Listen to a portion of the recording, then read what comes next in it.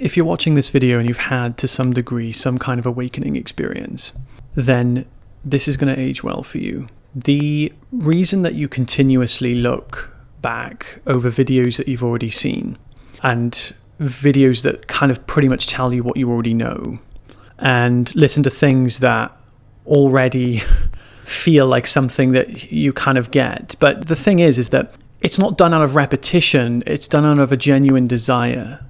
So if you're this type of person, the reason that you're doing that is because, just process this for a moment. Imagine you were a poor person and you'd been poor for like 5 million lifetimes, right? 5 million lifetimes you've been stone cold broke, so long without money, you've been abused, you've just gone through basically like financial hell for 5 million lifetimes. And then all of a sudden, cold turkey, one day, you go from I'm absolutely broke to someone goes, by the way, you have this card and you've got infinite resource and cash. Anything you want, you can get. Anything. The poor person is not going to be able to like comprehend that level of abundance. They say, look, here's this card. You can literally buy anything you like. You can have anything you like. Like if you say, I want that flat over there, then the person will move out and you can live there. No questions asked.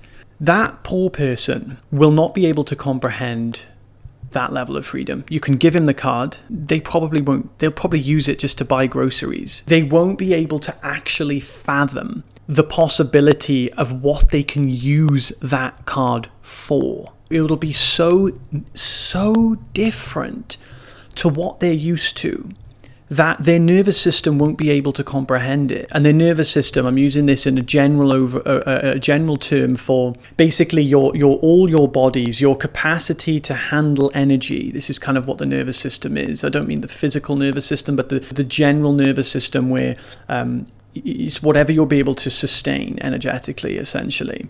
So this poor person won't be able to use that card, really.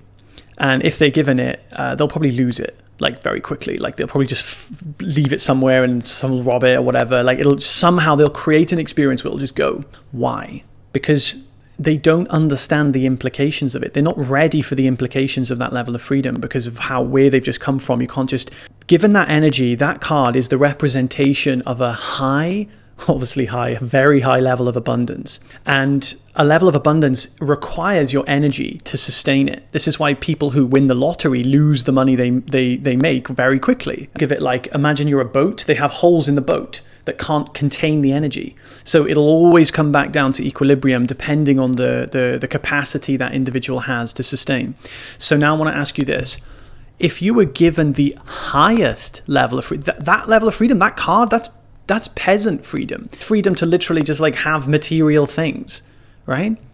What if you were given the ultimate freedom, the highest level of freedom, literally to be free from experience itself? How would your nervous system respond to that? You see? Imagine going from 1 minute, I don't even know what I don't know, and I don't even know that I'm not free, to realize I'm limited and I'm a separate self. I believe I'm temporary, limited, finite. I believed I'm trapped. I'm in prison. I suffer. I go through cycles of pain, suffer and pain. To then all of a sudden you're completely liberated and you have absolutely infinite freedom. How is someone going to be able to like just instantly comprehend that level of freedom and comprehend the implications of it? So one of the most challenging things on this path is not finding freedom. That's actually the easy part. For some reason, that just happens almost like automatically. And to be fair, the rest happens automatically, but it is easier in my point of view. Why? Because accepting the implications of that freedom is a far greater thing to comprehend than the freedom itself. Because that is actually how the freedom, you could say, manifests into the world, into the body and into the mind. That's how it gets embodied. So when you're constantly cycling back and forth videos, reciting different things, revisiting, and just trying to kind of like soak in this, what you're doing is you're trying to comprehend whether you actually deserve this level of freedom. That's one thing.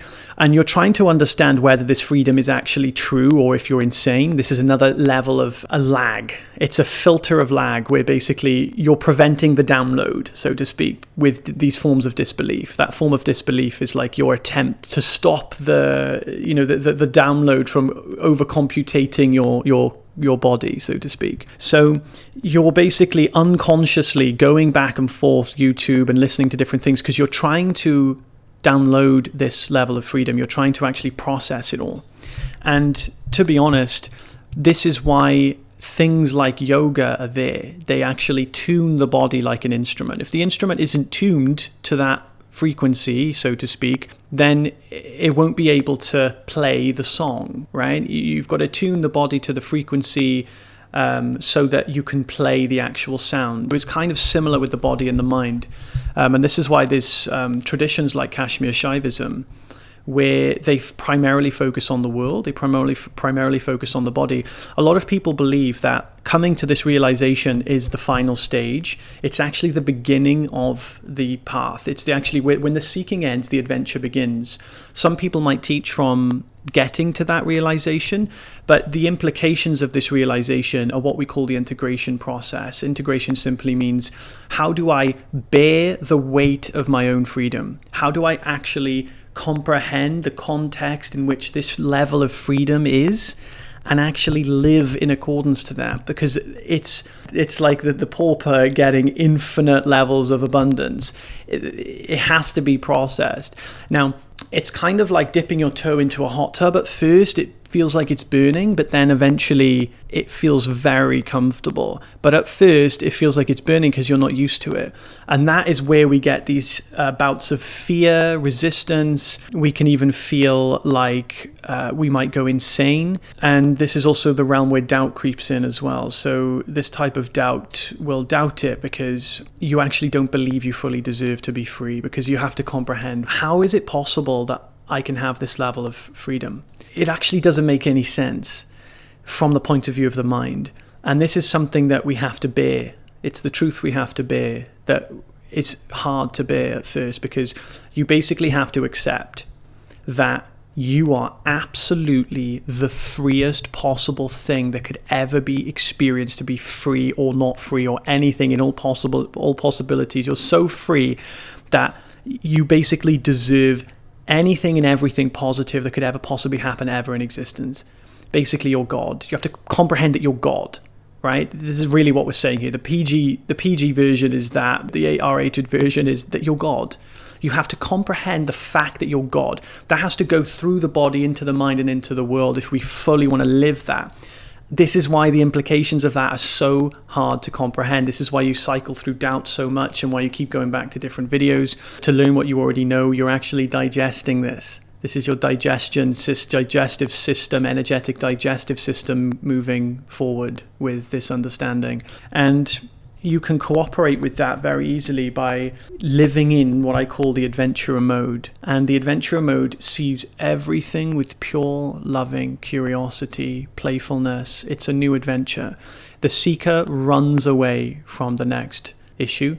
The adventurer runs towards it. The adventurer wants to go towards the unknown. So when you're in this new mode, when you have this realization, when you understand that this is your actual freedom, you could say, processing into your body and digesting, your cooperation is to completely surrender to that process, which means you have to surrender to the unknown, which means on the level of the mind, you have to trust. From the point of view of God, it looks like it's grace, but from the point of view of the mind, it looks like trust. And trust is really your capacity to surrender your individual will, you could say, your individuality. Now, your individuality doesn't actually disappear. It actually gets enhanced. But in essence, the belief that you are fundamentally an individual is dissolved through that level of trust. From the level of the mind, it will look like you're trusting something.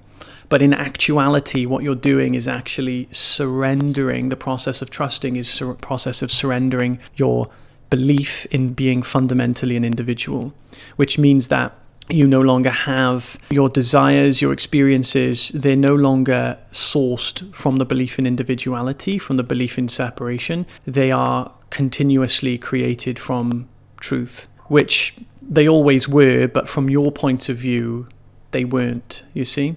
So depending on the point of view will depend on how you see it, but it's best to be in the playful adventurer mode because that is actually our natural condition. It's this kind of like embodying our natural condition before we believe we're actually there yet.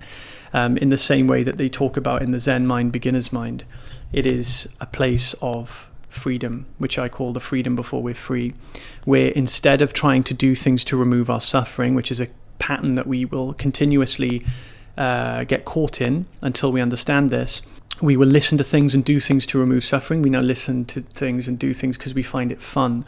So now at this level of the path, it's going to sound crazy, but your job literally is just to do things because you find them fun.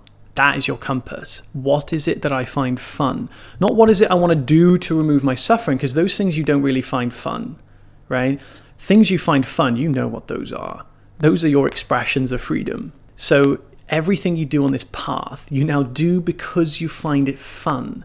So you don't listen to things if you don't want to, because you think you have to, because you think that liberation is at the end of it. You have to see that this intention, everything I'm sharing with you right now, is essentially liberation in action. People think, no, you can't do things, but the problem is that the only thing happening is freedom. We have to see it that way. That's the ultimate level. Everything happening is an expression of freedom. So the minute that you realize everything that you're therefore doing is an expression of freedom, you can liberate yourself from having or from not having desires.